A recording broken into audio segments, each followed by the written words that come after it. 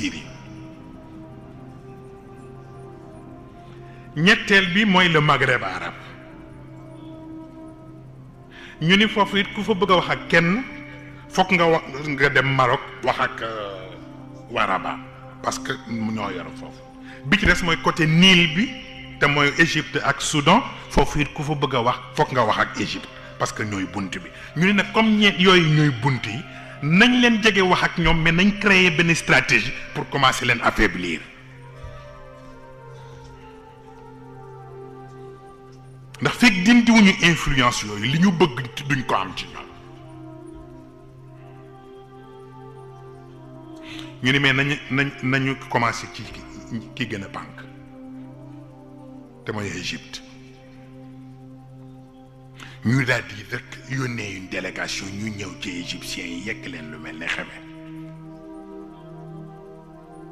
ñu ne waaw lu xew ñu ne waaw lu ngeen di doyee seen guerre ak Israël yéen a ngi ni seen bakkan a ngi ni seen baqataa ngi ni bàcc amatu leen dara seen économie dara baaxatu ndax lu ngeen amoon jënd ngeen ko aar bàyyi leen guerre bi ngeen organiser seen bopp organiser seen économie ñu jàppale leen gis nga ñu ne waaye ci nen waa mais conflit bi ñu ne waaye du problème danañ ñu négocier ak Israël def ay sunu affaire ñunu neen kenn du ko yëgoogum parce que affaire bi comme dafa complexe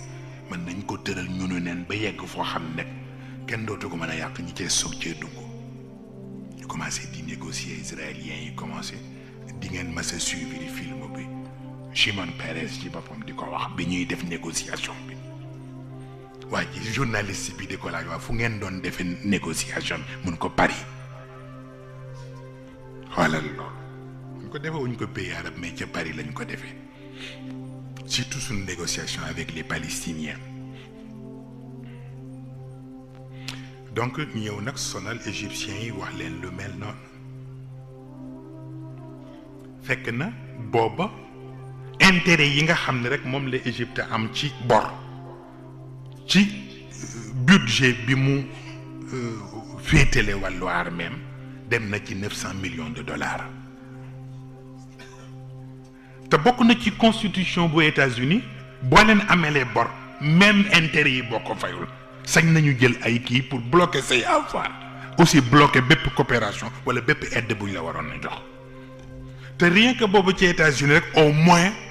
danañ fa am 2 milliards de dollars ca boobu jamono c'était en 1988 ñu téye leen wax leen ba ñu d'accord pour def camp David pour jubóog Israël bàyyi guerre bi parce que xamoon nañ ni boobu buñ ko xasee ba def Égypte presque quasi totalité arabe yi bootul dinañ ko bàyyi te kon influence bi mu amoon presque dootul demee noonu donc ñu dem signer camp David la ca topp lañ ko préparé woon noonu la demee sax li ñoo tuddee intégriste yi organisé wu def attentat rey Sadat mi signé woon ñu ni boobu moom réglé wu na mais la ca gën a yéemewaat mooy ñoom ñoo ko doon sow ni ko yaa ngi rey sa bopp ci ay arme yaa ngi bëgg a dee sa économie ngi yàqu naka la affaire bi pare rek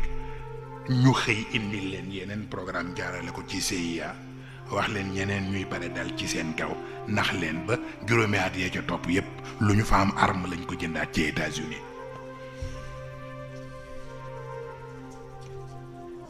arme yoo xam ne c'est 10 fois plus cher que arme yi ñu jënd woon ci Union soviétique